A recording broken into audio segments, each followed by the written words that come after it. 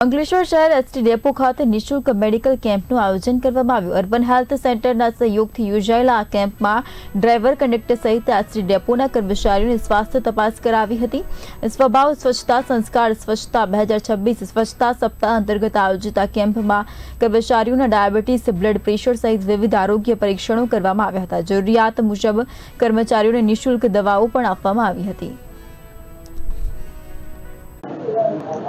जेबी Gavit depot manager Ankleshwar आज रोज Ankleshwar depot खाते स्वभाव संस्था संस्कार स्वच्छता अंतर्गत डेपोना तमाम कर्मचारीओ हेल्थ चेकअप केम्प राखवामां आवेल छे।